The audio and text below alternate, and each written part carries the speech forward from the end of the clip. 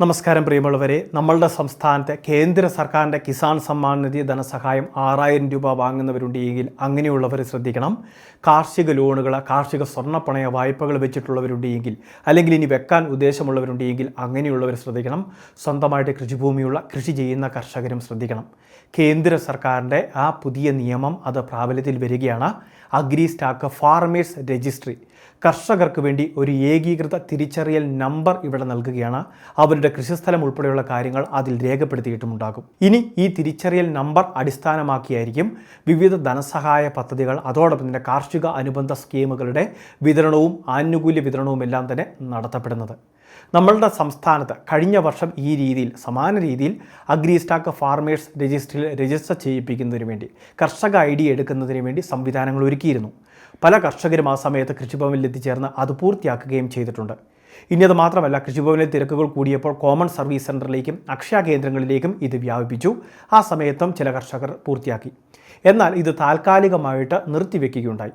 അങ്ങനെ വന്നപ്പോൾ ബാക്കി ചെയ്യാനുണ്ടായിരുന്ന കർഷകരെല്ലാം തന്നെ ഇത് പൂർത്തിയാക്കാതെ മടങ്ങുകയാണ് ചെയ്തത്. അങ്ങനെയുള്ള നിരവധി ലക്ഷക്കണക്കിന് കർഷകരാണ് നമ്മളുടെ സംസ്ഥാനത്തുള്ളത്.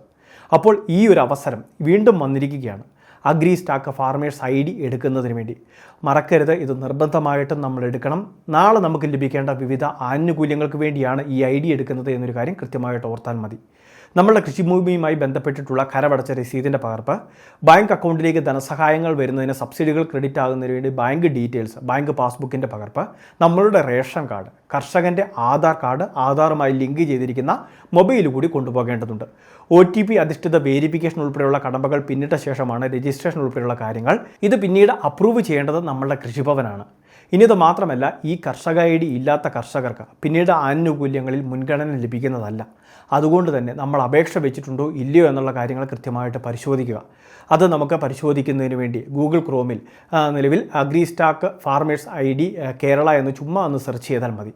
നമ്മളുടെ കേരളത്തിൻ്റെ അഗ്രി സ്റ്റാക്ക് ഫാർമേഴ്സ് ID, അതായത് കർഷക രജിസ്ട്രിക്ക് വേണ്ടിയുള്ള ആ ഒരു പോർട്ടൽ കൃത്യമായിട്ട് കാണാൻ സാധിക്കും. അതിൻ്റെ ലിങ്ക് നമ്മൾ ഈ വീഡിയോയുടെ കമൻറ്റ് ബോക്സിൽ കൊടുത്തേക്കാം.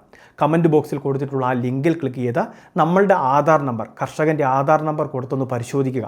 അപ്രൂവ് ആയിട്ടുണ്ടെങ്കിൽ ഫാർമർ ID ഉൾപ്പെടെയുള്ള കാര്യങ്ങൾ കാണാൻ സാധിക്കും. അപ്രൂവ് ആയതിൻ്റെ വിശദാംശങ്ങളും കാണാൻ സാധിക്കും. ഇനി റിജക്റ്റ് ആയിട്ടുണ്ടെങ്കിൽ, അല്ലെങ്കിൽ പ്രോസസ്സിംഗ് ആണെങ്കിൽ ആ കാര്യങ്ങൾ ഉൾപ്പെടെ, അല്ലെങ്കിൽ അപേക്ഷ പെൻഡിങ് ആണെങ്കിൽ ആ കാര്യങ്ങൾ ഉൾപ്പെടെ കാണാൻ സാധിക്കും. കൃഷിഭവനിൽ വിളിച്ച് അന്വേഷിക്കുക. വെരിഫിക്കേഷൻ എപ്പോൾ പൂർത്തിയാകും എന്നൊക്കെയുള്ള കാര്യങ്ങൾ തിരക്കുക. ഇനി അത് മാത്രമല്ല, നമ്മൾ രജിസ്റ്റർ ചെയ്തിട്ടില്ലാത്തവരാണെങ്കിൽ രജിസ്റ്റർ ചെയ്തിട്ടില്ല എന്ന അറിയിപ്പ് തന്നെ കാണാൻ സാധിക്കും. അങ്ങനെയുള്ള കർഷകർ തീർച്ചയായിട്ടും എത്രയും വേഗം രജിസ്റ്റർ ചെയ്യണം. ഈ മാസം, അതായത് മെയ് മാസം 30-ാം തീയതി വരെ സമയം അനുവദിച്ചിട്ടുണ്ട്. നമുക്ക് കോമൺ സർവീസ് സെൻ്ററിലും അക്ഷയ കേന്ദ്രങ്ങളിലും മുൻപ് പറഞ്ഞ ഡോക്യുമെൻറ്റുമായിട്ട് എത്തിച്ചേർന്ന് ഇത് പൂർത്തിയാക്കാം. എല്ലാ കർഷകരിലേക്കും ഈ അറിയിപ്പ്, ഇത് വളരെ പ്രധാനപ്പെട്ട അറിയിപ്പാണ്, ഷെയർ ചെയ്തെത്തിക്കുക. ഇതുപോലുള്ള വിവിധ ഇൻഫർമേഷൻ ചാനൽ സബ്സ്ക്രൈബ് ചെയ്യുക, ഫോളോ ചെയ്യുക.